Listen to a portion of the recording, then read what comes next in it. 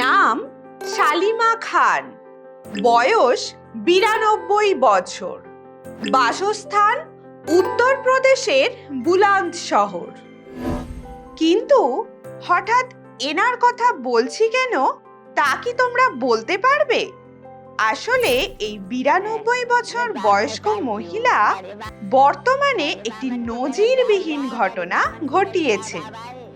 কথাতেই আছে শিক্ষা লাভের কোনো বয়স হয় না, আর তিনি এই কথাটিকেই সত্য করে দেখিয়েছেন।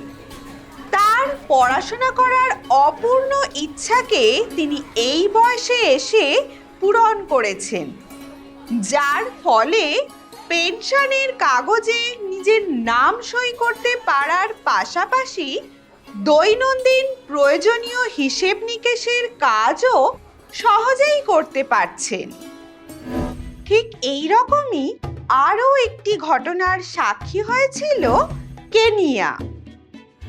এখানে সবচেয়ে বয়স্ক ব্যক্তি হিসেবে 2004 সালে 84 বছর বয়সে প্রথম শ্রেণীতে ভর্তি হয়ে প্রাথমিক বিদ্যালয়ে পড়াশোনা শেষ করার জন্য গিনেস ওয়ার্ল্ড রেকর্ডসের তালিকাভুক্ত হন কিমানি এঙ্গাং মারুগে নামে এক বয়স্ক ব্যক্তি।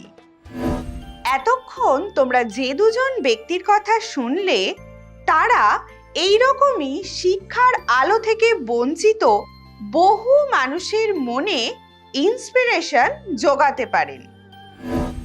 আর এই বয়স্ক শিক্ষার গুরুত্ব বুঝে সকলকে শিক্ষিত করে গণতন্ত্রের ভিতকে মজবুত করে দেশকে সর্বোত্তম উন্নতির পর্যায়ে নিয়ে যাওয়ার জন্য জাতীয় শিক্ষানীতির ৪র্থ অংশে বয়স্ক শিক্ষা সম্বন্ধে আলোচনা করা হয়েছে।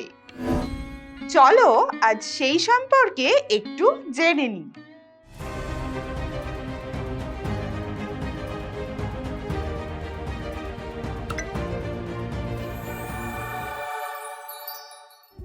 শিক্ষা বলতে লেখা ও পড়া উভয় বিষয়েই দক্ষতা অর্জন করাকে বোঝায়। কিন্তু বয়স্ক শিক্ষা বলতে শুধুমাত্র লেখা ও পড়া হলেই চলবে না, তাদের নিজ নিজ ক্ষেত্রে কার্যকরী জ্ঞান ও দক্ষতা অর্জন করতে হবে। তাদের সামাজিক ও অর্থনৈতিক বিষয়ে বাস্তবসম্মত ধারণা গড়ে তুলতে হবে। এই বয়স্ক শিক্ষার দুটি প্রয়োজনীয়তা হলো, প্রথমত ব্যক্তিগত উন্নতির জন্য, অর্থাৎ ব্যক্তির নিজস্ব দৈহিক, সামাজিক, পেশাগত উন্নতির জন্য বয়স্ক শিক্ষার প্রয়োজন আছে।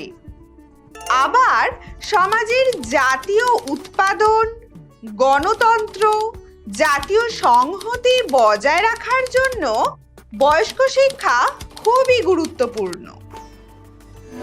এই জাতীয় শিক্ষানীতি 1986-তে বলা হয়েছে যে কোনো বিকাশমূলক কাজে মানব শক্তিকে কাজে লাগাতে হবে।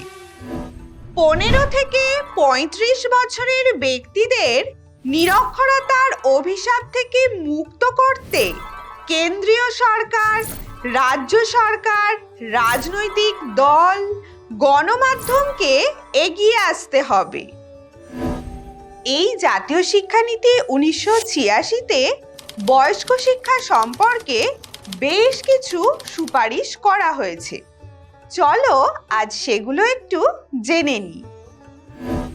এই শিক্ষানীতিতে সুপারিশ করা হয়েছে গ্রামাঞ্চলে বয়স্ক শিক্ষা কেন্দ্র স্থাপন করতে হবে। এর পাশাপাশি গ্রামাঞ্চলে ভ্রাম্যমাণ শিক্ষা কেন্দ্র স্থাপন করা দরকার। এখানে বলা হয়েছে যে মাধ্যমিক পরবর্তী স্তরের জন্য শিক্ষা প্রতিষ্ঠান স্থাপন করতে হবে। এই জাতীয় শিক্ষানীতি 1986-তে এও বলা হয় যে বেতার, টেলিভিশন ইত্যাদি গণমাধ্যম মারফত শিক্ষার প্রচার করতে হবে। আবার দূরাগত শিক্ষার মাধ্যমেও বয়স্ক শিক্ষার প্রসার ঘটাতে হবে। এর পাশাপাশি শিক্ষার্থীদের নিজস্ব দল ও সংগঠন তৈরি করতে হবে। বয়স্ক শিক্ষার জন্য আংশিক সময়ের শিক্ষা ও ডাকযোগে শিক্ষার ব্যবস্থাও করতে বলা হয় জাতীয় শিক্ষানীতিতে। বয়স্কদের জন্য বৃত্তি শিক্ষার উপযোগী কর্মসূচি তৈরি করা এবং বয়স্ক শিক্ষার কাজে নিযুক্ত বেসরকারি প্রতিষ্ঠানকে আর্থিক ও অন্যান্যভাবে সাহায্য করার কথাও বলা হয় এই শিক্ষানীতিতে। এছাড়াও এখানে বয়স্ক শিক্ষার জন্য বিশেষ পুস্তক প্রকাশ, লাইব্রেরি স্থাপন ও তার প্রসার ঘটানোর কথাও বলা হয়েছে। সবশেষে বলতেই হয়, যেহেতু এই বয়স্ক শিক্ষা কর্মসূচি সমগ্র দেশের উন্নতি ঘটাতে পারে এবং শিক্ষার আলো থেকে বঞ্চিত বয়স্ক ব্যক্তিদের নিজেদের অধিকার সম্পর্কে সচেতন করতে পারে, তাই শুধুমাত্র কোনো স্বেচ্ছাসেবী সংগঠন, রাজনৈতিক সংগঠন বা গণসংগঠনই নয়, এই বয়স্ক শিক্ষা কর্মসূচিকে সাফল্যমণ্ডিত করে তোলার জন্য দেশের সমগ্র যুব সমাজকেই এগিয়ে যেতে হবে।